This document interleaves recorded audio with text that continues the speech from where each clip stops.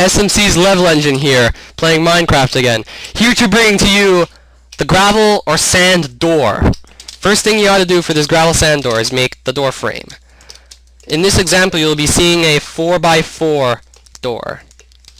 Then, you gotta get down and start using the redstone, which is supposed to run across the pistons that you've placed previously. You're supposed to have the redstone run across the pistons that you've recently placed. 2 buttons. You could do it with 1. Now let's see what happens when we press the button. Then you proceed by placing the gravel all along the door frame. Place, place, place. 1, 2, 3. Voila! Your gravel door. Alright, levelengine here, going to show you how to make a gravel/sand door. It's pretty much almost the exact same procedure that I had used 10 years ago. It's still really simple, so it should be easy enough for you to follow along. So first things first, you're going to want to decide on the size of the door. I decided on 4 blocks tall and 5 blocks wide.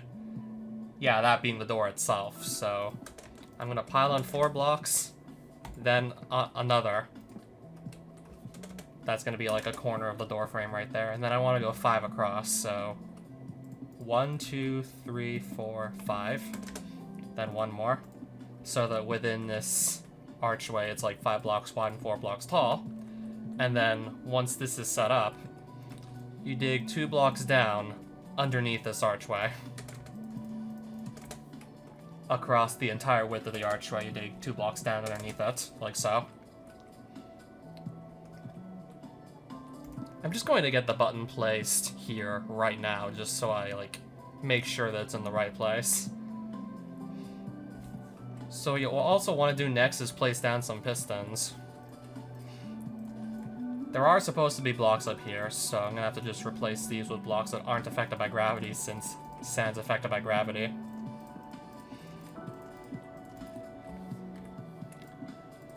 So, across the entire width of the doorway, you want to place pistons facing in this direction. So you just basically face inwards, and then just place the pistons. If they look like this, then you've done it right. And then you just leave these blocks, empty. And then after that's done, you just put solid blocks right in front of all the pistons. And then, well, actually, no. Just do that for a single block for now. Put a solid block. Because you have to dig this deeper for the gravel door to work. And question of how deep, you basically determine this by just counting starting from here upwards till you just reach the top of the doorway. So this needs to be a certain amount of blocks deep, so I'll just count from here upwards to the top. So 1, 2, 3, 4, 5. So it has to be 5 blocks deep, and it's currently only 2, so 1, 2, 3.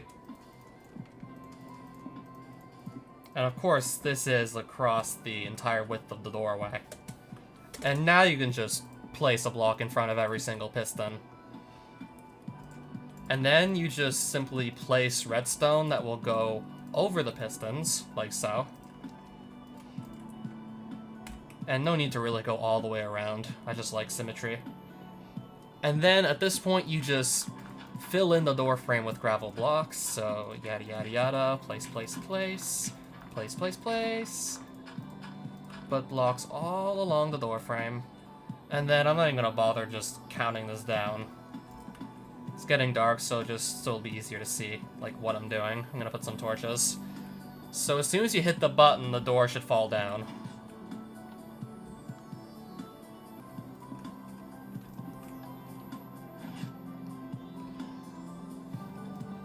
I don't know, maybe I actually have to use 2 different buttons or something.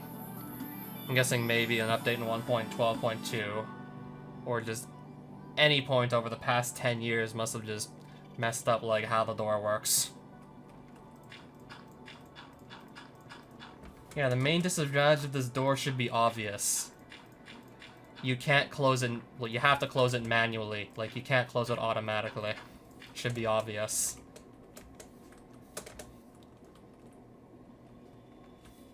And then if you want to just get the door operational again, you have to remove these blocks as well, and then just put them here instead.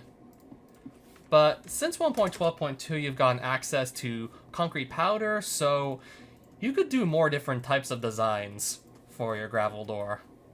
If it's even called a gravel door anymore at this point.